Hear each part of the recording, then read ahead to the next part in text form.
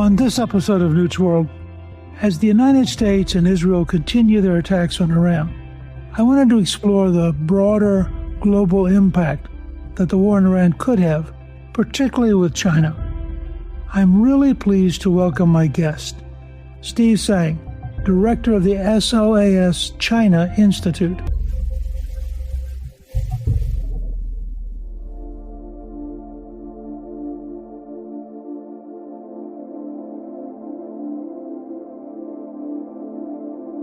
Steve, welcome, and thank you for joining me on Newt's World. Well, thank you for inviting me. Describe a little bit the SOAS China Institute. Well, the SOAS China Institute used to be called the School of Oriental and African Studies, and we are one of the largest concentrations of China specialists in a European university, and we work on China without fear or favor.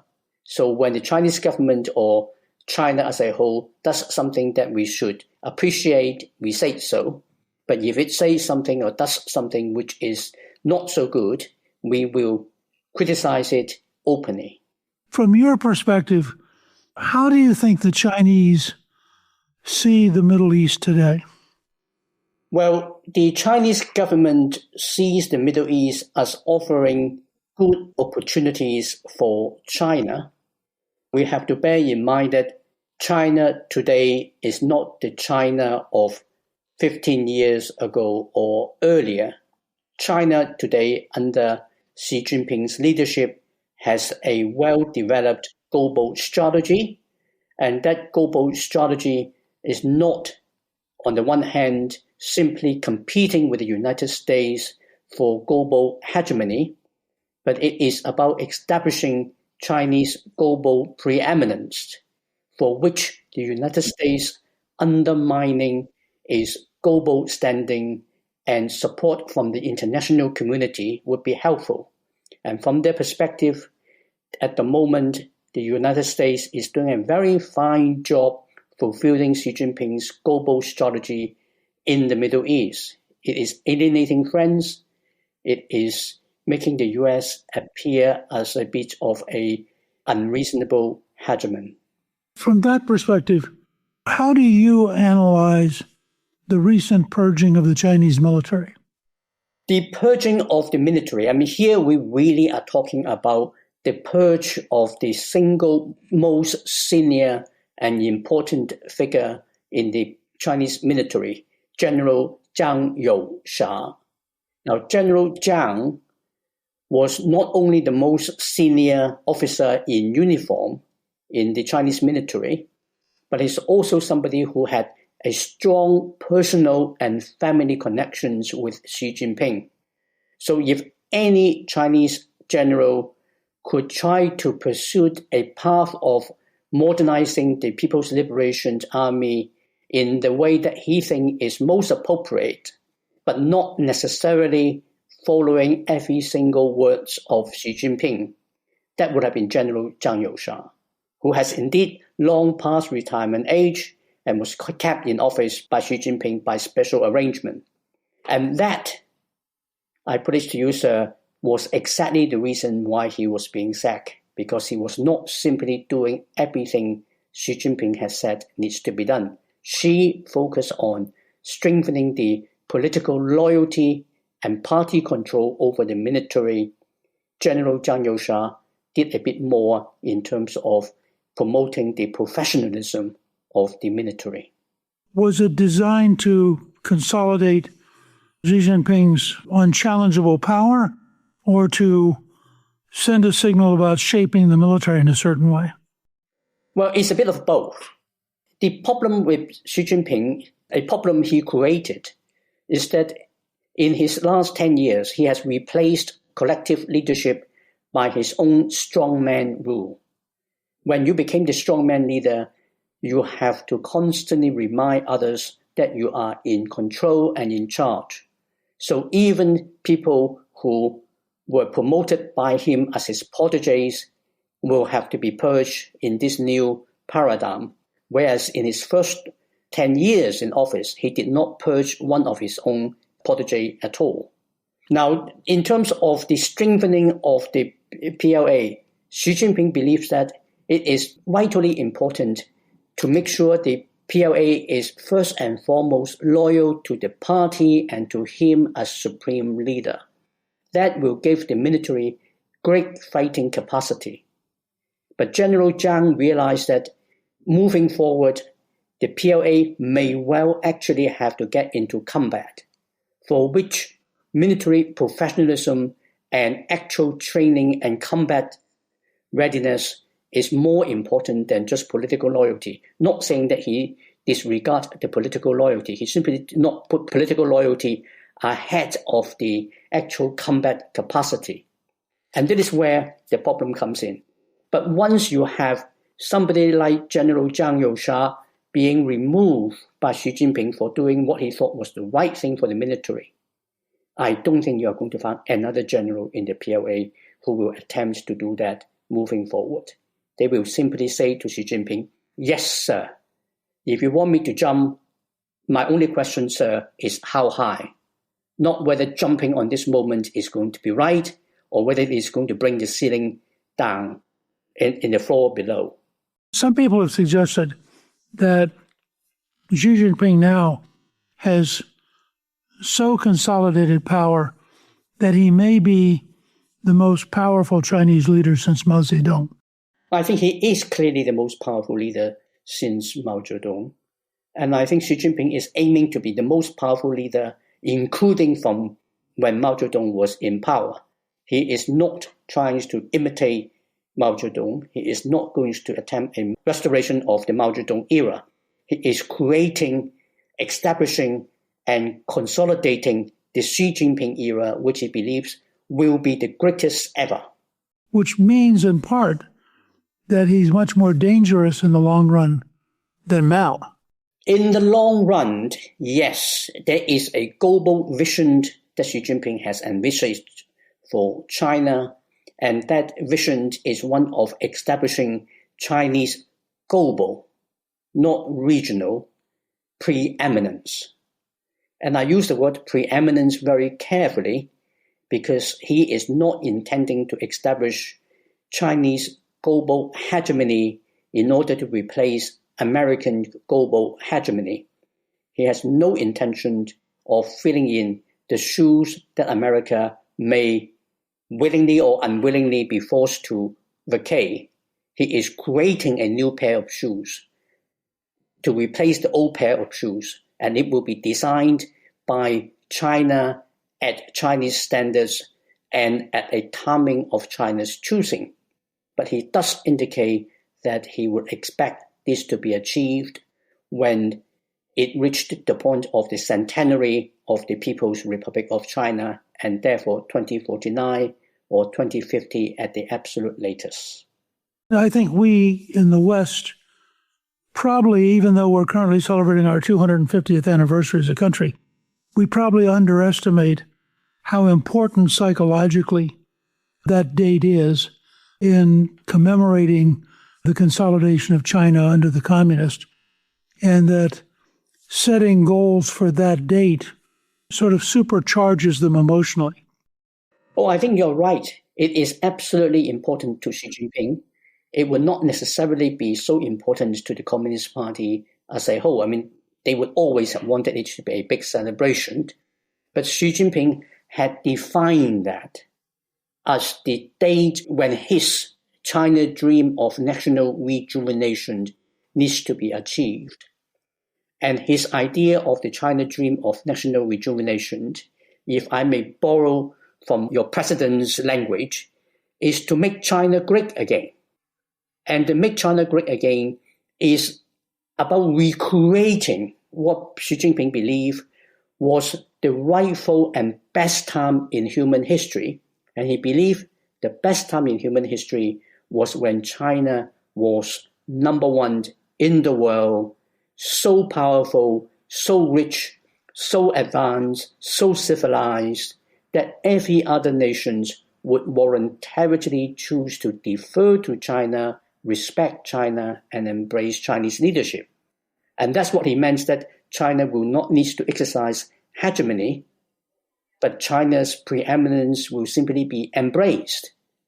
Now, of course, that's very bad history, but since Xi Jinping has also banned any other version of history than the Communist Party's version of history in China since 2013, what he says is now therefore history in China. I think as seen, for example, by Vietnam, Chinese preeminence may not be that good a deal. Absolutely. And in fact, you will have many other countries in the vicinity of China who would rather contest the Xi Jinping version of Chinese global preeminence historically, because the history that others would remember would be that when China was number one, China behaved exactly the same as the Roman Empire or the Persian Empire or the Ottoman Empire in its heydays, or for that matter, the British Empire in the modern era. Except that when it comes down to the narrative from Beijing, they make a clear distinction. When it's being practiced by China, by definition, they do it in quotation marks, the kingly way, the civilized, gentlemanly, non-hegemonic way. Whereas if the same thing is being practiced by any other empire, then it was a tyrannical hegemony. But you could be doing exactly the same thing.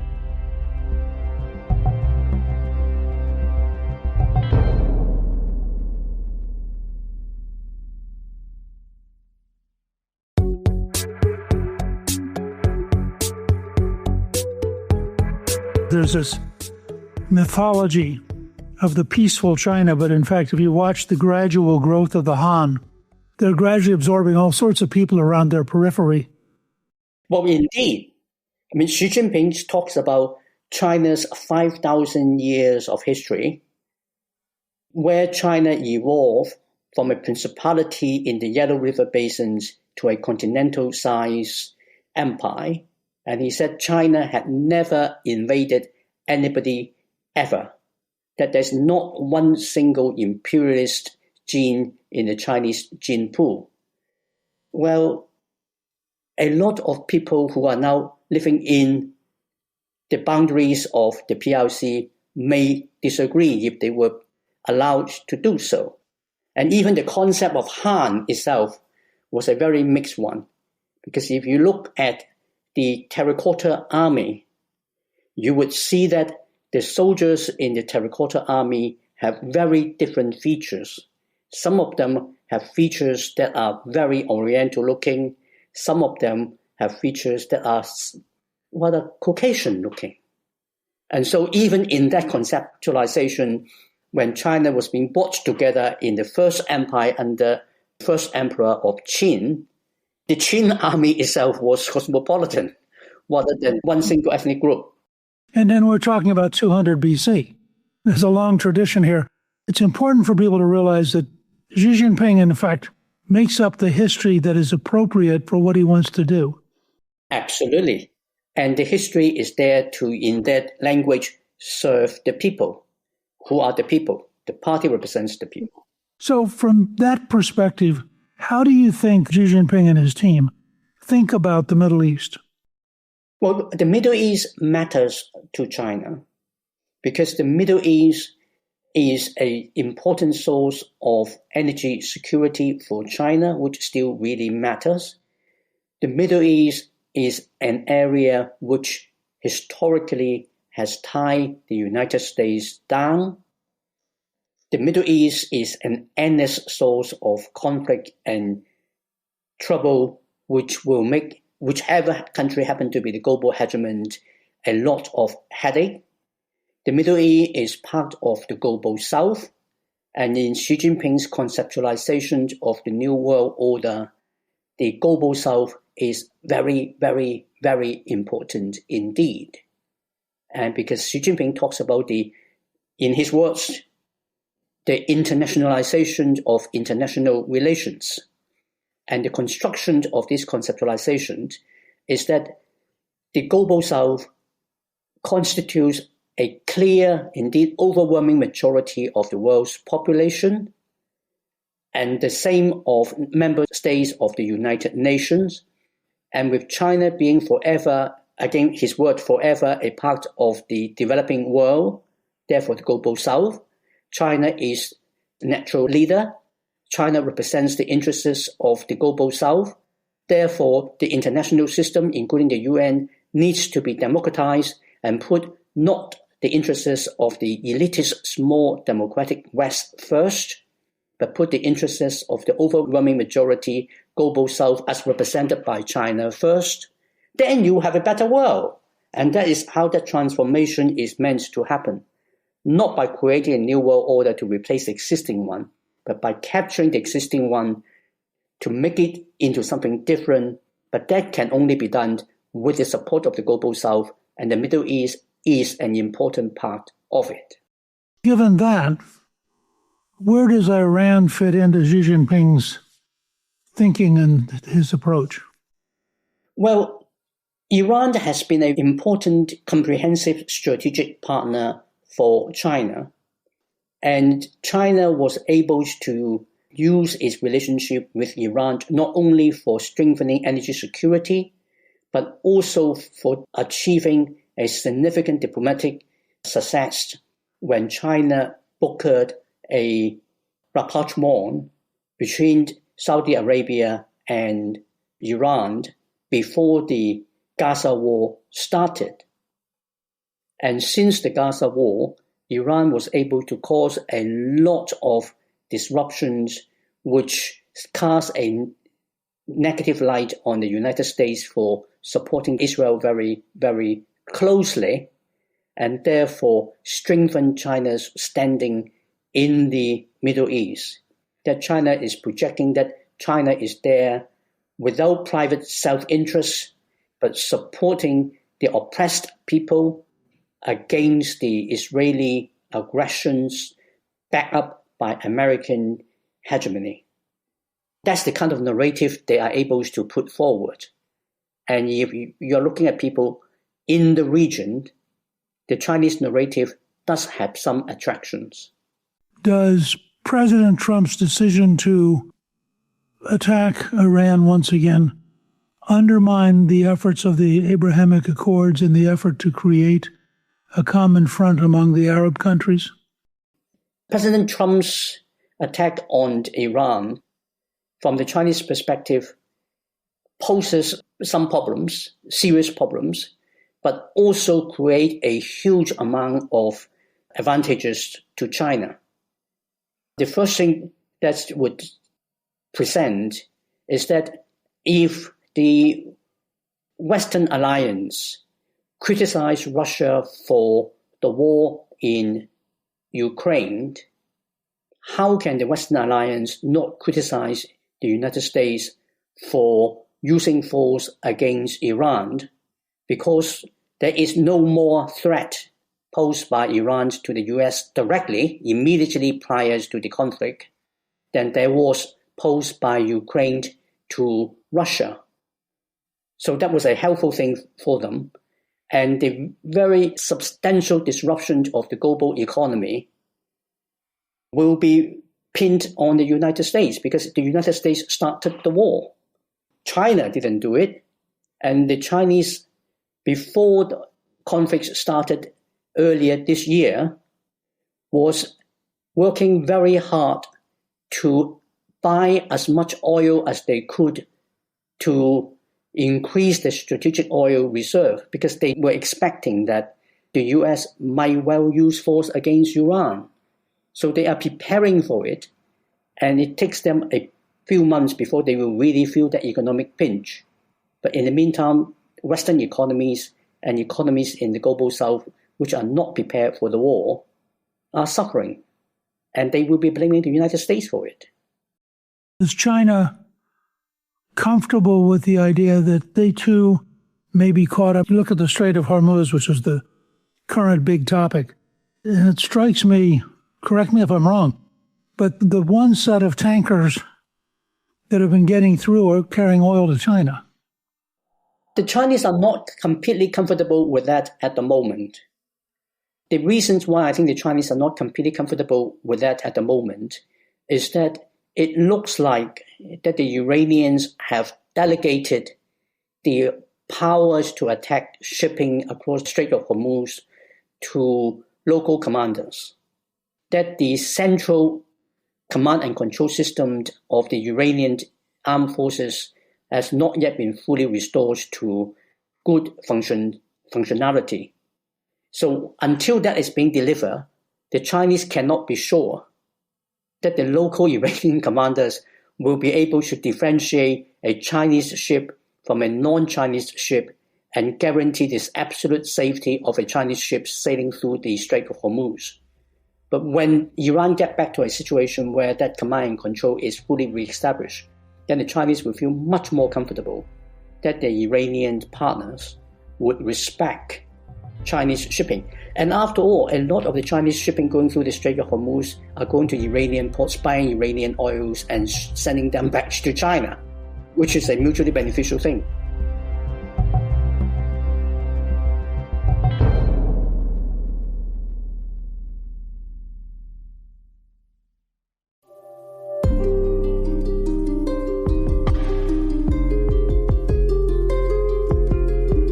From their standpoint, how big a problem would it be if the United States did, in fact, succeed in replacing the current dictatorship? Now, if the Americans can replace the existing Iranian regime with a new regime that is stable and an American puppet regime, they would not be very happy about it in the overall aggregate.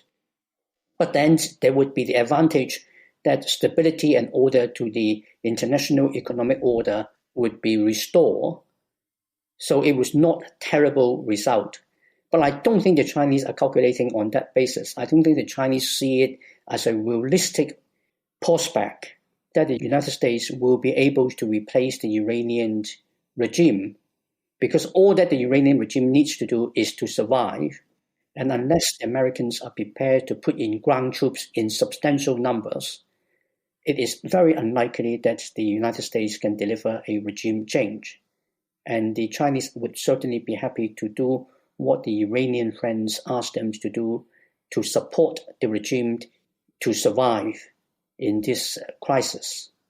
How much of a danger is there that by forcing American combat power to focus so strongly on the Persian Gulf and on the Iranian regime, that we actually create a deeper imbalance around Taiwan and almost create an opportunity for the Chinese communist regime, because in fact, we don't have the capacity to project power in both places simultaneously? Well, the Chinese will be watching that very, very carefully, and they are certainly pondering that very question. And I think the first sign that the Chinese are seeing that effect in the Indo-Pacific Command for the United States is when the news came out, I think yesterday or the day before, that America may well be redeploying the Patriot and THAAD batteries from South Korea to the Middle East.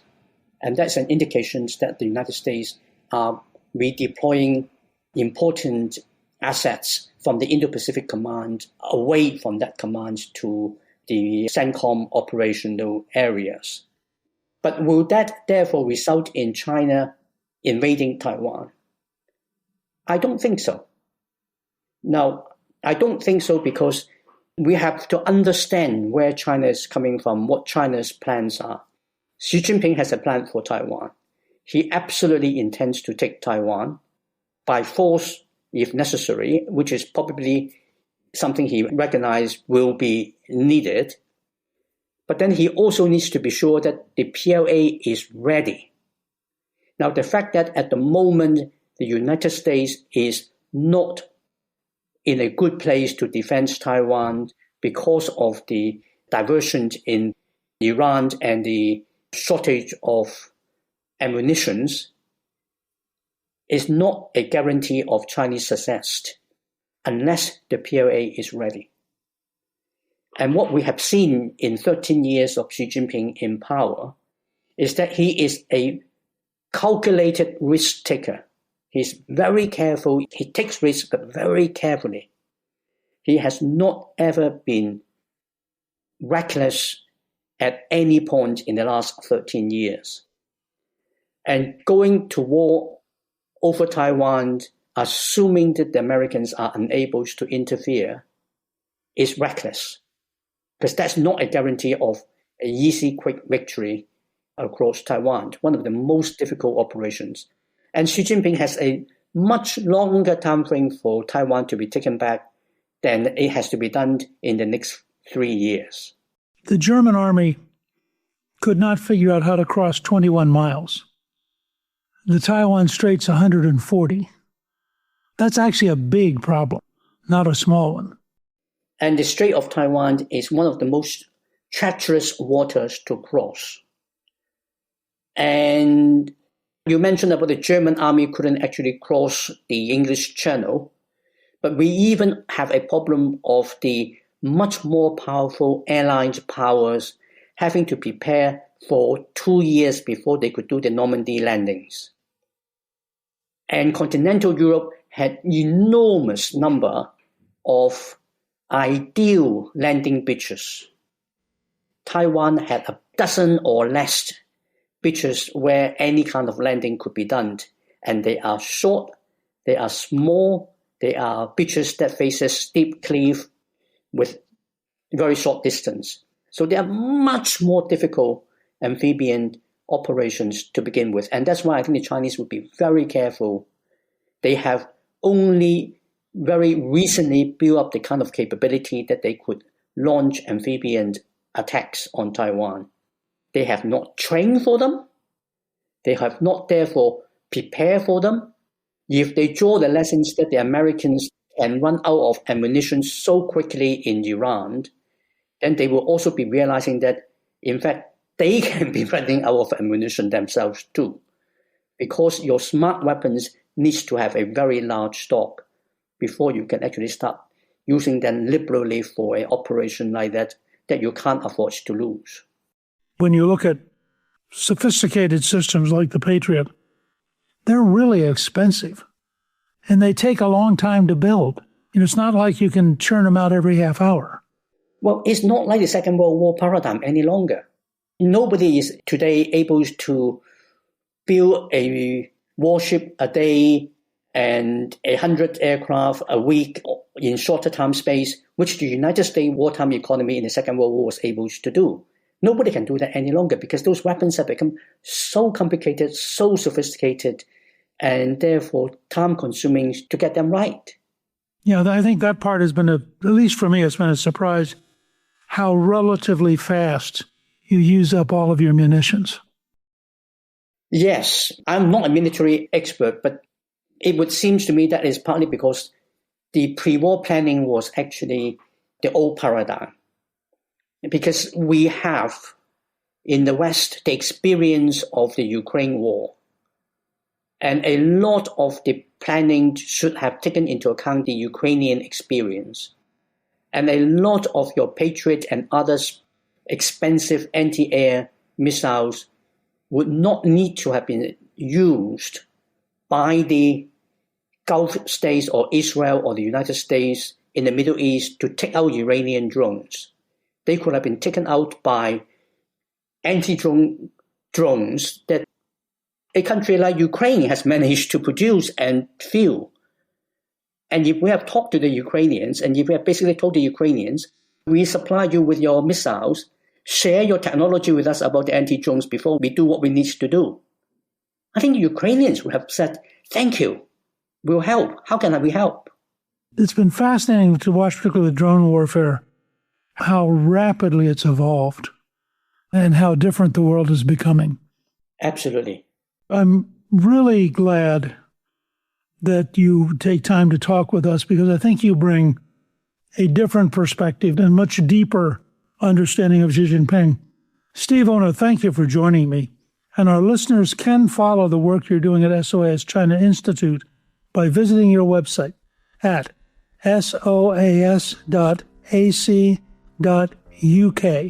You clearly are studying this stuff all the time, and you have, I think, a very real insight into the nature of Xi Jinping and into the nature of the challenge and, frankly, some of the shortfalls on the American side, not just in weapons, but in thinking strategically. So I think you are a real asset to us meaning the Western world, not just the United States. And I'm grateful for the time you put into this. Well, thank you very much. It's been a great pleasure. Thank you to my guest, Steve Tsang. Newt's World is produced by Gingrich 360 and iHeartMedia. Our executive producer is Garnsey Sloan. Our researcher is Rachel Peterson. The artwork for the show was created by Steve Penley. Special thanks to the team at Gingrich 360. If you've been enjoying Newt's World, I hope you'll go to Apple Podcast and both rate us with 5 stars and give us a review so others can learn what it's all about. Join me on Substack at gingrich360.net. I'm Newt Gingrich. This is Newt's World.